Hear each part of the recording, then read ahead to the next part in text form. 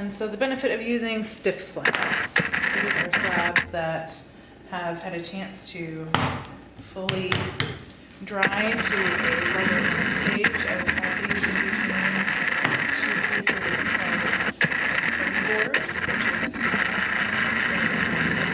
board for tiles. Essentially, it pulls moisture because it's plastic. So because of this, I can have a pattern that I have impressed on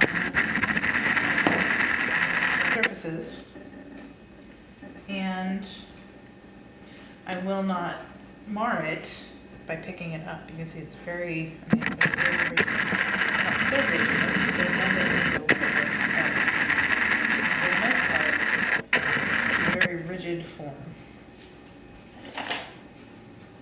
If you wait too long to assemble leather hard, especially stiff leather hard, you may not get the actual form that you want, as it's harder to mush these sides together. Right? So they're much more rigid than the soft clay that was able and had the flexibility to deal with any inconsistencies in how I cut the clay. The rigid form is much less forgiving in that respect. So right now I am tracing around the bottom so that I know where to scratch, taking those pieces off again.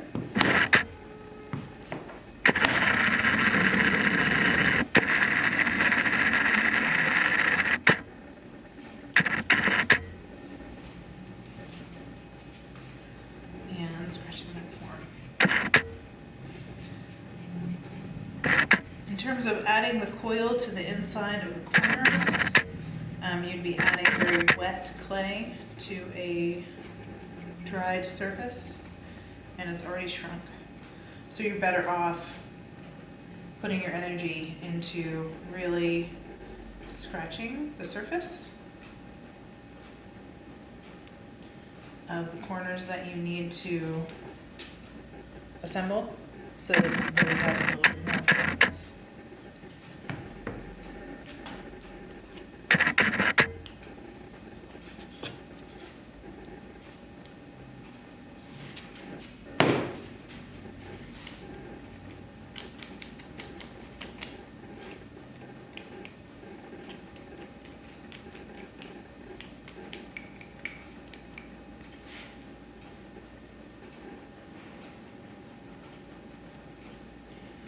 So these sat under or in between two pieces of hardy board for approximately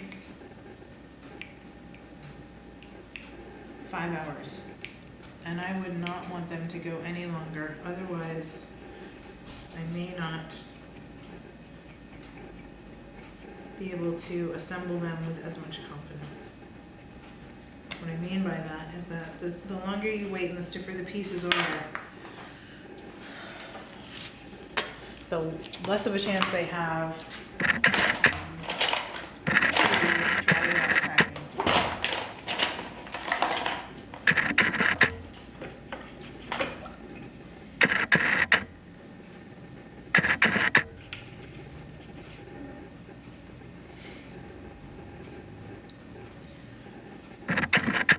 So now is as important a time as ever to be sure that you are applying slip and re-scratching those surfaces.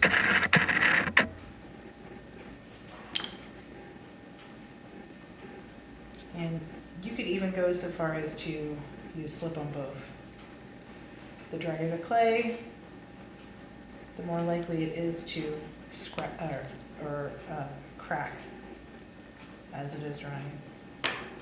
So the more that you can do to help it along the way, the better.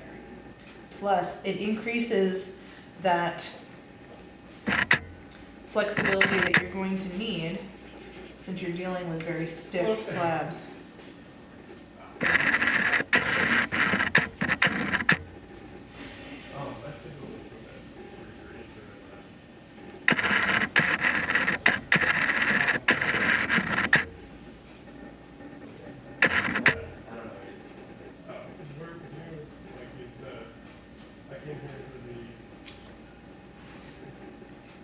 this the contamination source? Okay,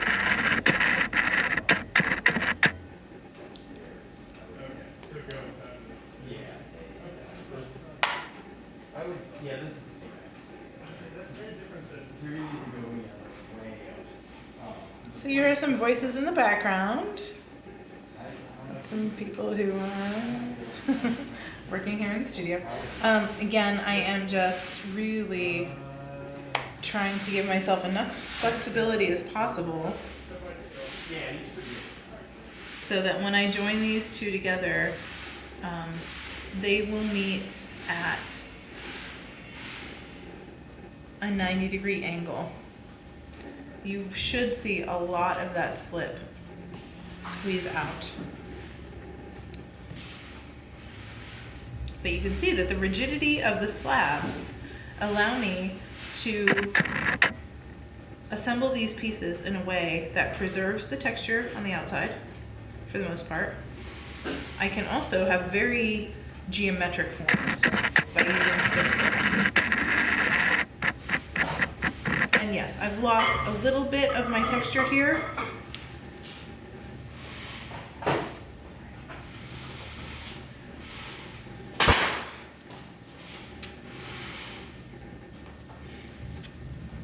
But I can probably redo that.